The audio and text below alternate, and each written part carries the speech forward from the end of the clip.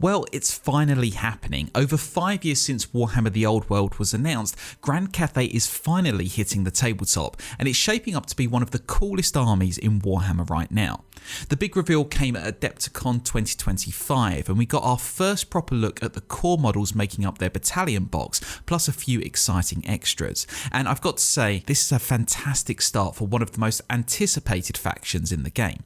Diving in, the Jade Warriors will be the backbone of the army. You get 30 of them in the Battalion set with options for hand weapons and shields or halberds. Personally, I'm leaning towards having rank upon rank of heavily armed halberdiers, but there's definitely room to mix things up depending on your preferences. We've also got 10 Jade Lancers in the set, which can be split into 2 units of 5 with their own command. These look incredibly formidable thanks to their heavy armour and barding, as they should be given they're the sort of lance cavalry that give Bretonnians a run for their money.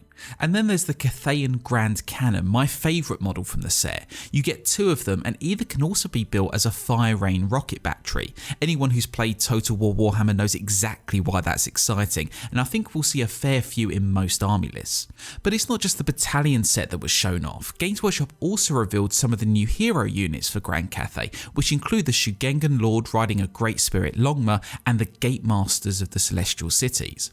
The Shugengan Lord is definitely a great centerpiece model, perhaps only eclipsed by what we'll cover in a second, and I think it does a brilliant job of evoking the calm and primal mysticism that is so central to Grand Cathay and its lore.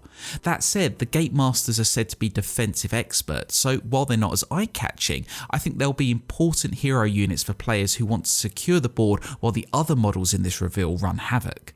And speaking of which, the Sky Lantern is actually coming to the tabletop. I'm really curious how flying units are going to shape the meta and whether the Sky Lantern will end up crashing down early in most games, but it's definitely an awesome model to see come to life, and judging by the canopy, it's going to be one of the larger models in the old world, so be ready for that.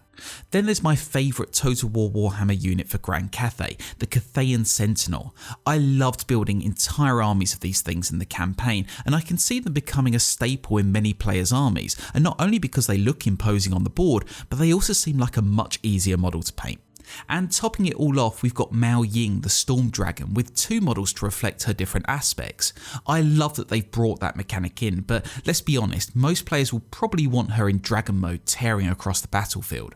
We'll have to see how her rules look, but right now, she's hands down one of the coolest Warhammer The Old World models, and an absolute must-have in my view.